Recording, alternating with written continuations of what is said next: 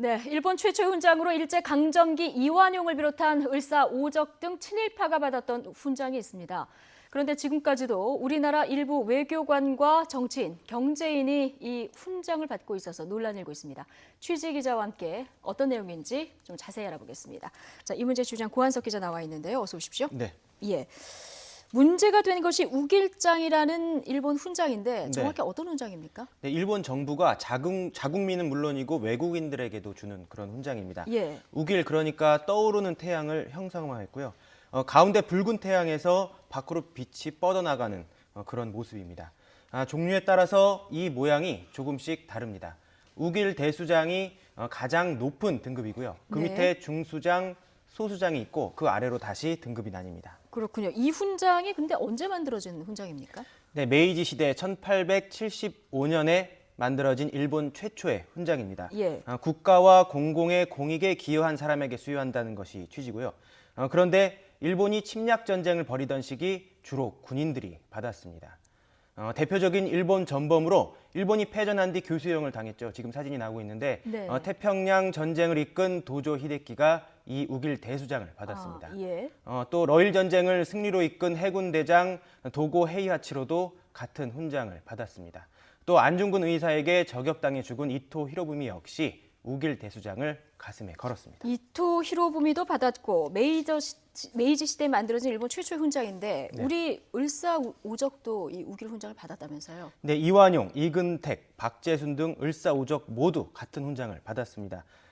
이완용 가슴에 커다란 훈장이 하나 걸려 있는데 지금 사진이 나오고 있는데요. 예. 저 표시된 부분이 바로 우길 대수장입니다. 이 훈장이 그 훈장이군요. 네, 오른쪽에 예. 있는 이토 히로부미 사진, 가운데 있는 모습 우길 동화 대수장인데요. 이완용이 받은 것과 같은 훈장입니다. 이 밖에도 정미 7적 가운데 하나인 이병무 등 친일 인명 사전에 등재된 친일파라면 대부분은 다양한 등급의 우길장을 받았다고 해도 과언이 아닙니다. 예. 자, 뭐 받는 사람 면면을 지금 봐서도 그렇고요. 이게 뭐 제국주의를 상징하는 훈장이라고 하면은 취지야 어찌 됐건 간에 우리한테는 좀 어떻게 보면은 치욕스러운 이런 훈장일 수도 있는데 네. 해방 이후에도 근데 이 훈장이 우리나라 국민들에게 수여가 됐다면서요. 네, 1999년 11월 당시 김종필 국무총리가 박태준 자민련 총재를 불러서 축하연을 열었습니다. 네. 당시 박 총재가 한일 우호 친선에 이바지한 공로로 일본 정부로부터 훈 1등 우길 대수장을 받았기 때문입니다. 가장 등급이 높은 우길 대수장 수상자만 보면 이병기 박근혜 전 대통령 비서실장과 권철현, 유명환, 유흥수 씨 등 전 일본 대사 가운데 일부가 또 정치인으로는 김수환, 정의화 전 국회의장, 또 이용구 전 국무총리 등이 우길 대수장을 받았습니다. 네. 경제인 가운데도 있는데요.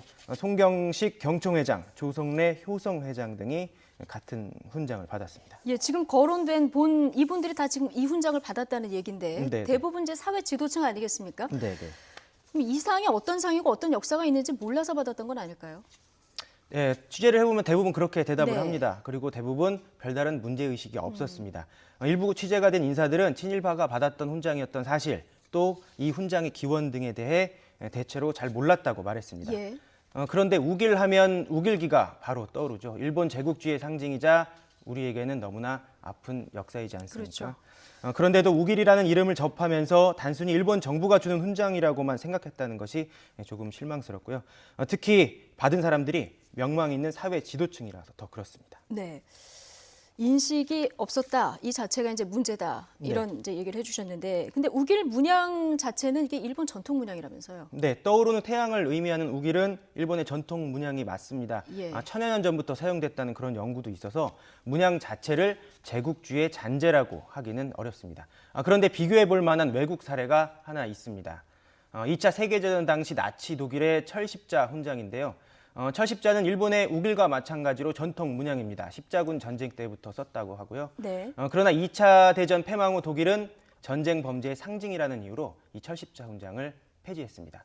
설령 지금까지 남아있다 하더라도 히틀러의 훈장을 받을 프랑스 사람이 과연 있을까요? 그러게 말입니다. 자, 외국인에게도 수여를 하는 훈장이다. 앞서 이제 네. 얘기를 해주셨는데, 우리나라 지금 사회 지도층 받은 그 훈장이 있고요. 네. 이웃나라 중국 비슷한 과거 경험들이 있는데 네. 중국은 어떻습니까? 그 만주 사변쯤에 허잉친이라는 일본 육사 출신의 중국인 군인이 우길 대수장을 받았다는 기록이 있습니다. 예. 그리고 일본 패망 이후에는 그보다 등급이 낮은 우길 중광장을 제일본 중국 바둑기사가 받았습니다. 이외에는 더 찾아볼 수가 없고요. 그래서 우길장 받은 중국인은 사실상 없다고 봐도 될 것 같습니다. 제국주의 시절 훈장을 없애지 않고 한국인에게까지 수여하는 일본도 그렇지만 별다른 거부감 없이 그걸 받는 한국인들의 모습을 보면서 역사의식의 의미에 대해 다시 생각해 볼 수밖에 없었습니다. 중국은 그러니까 사실상 한 명도 없다. 네, 그렇게 봐도 좋습니다. 다시 생각해 볼 문제인 거는 확실한 것 같습니다. 고한석 기자였습니다. 수고하셨습니다.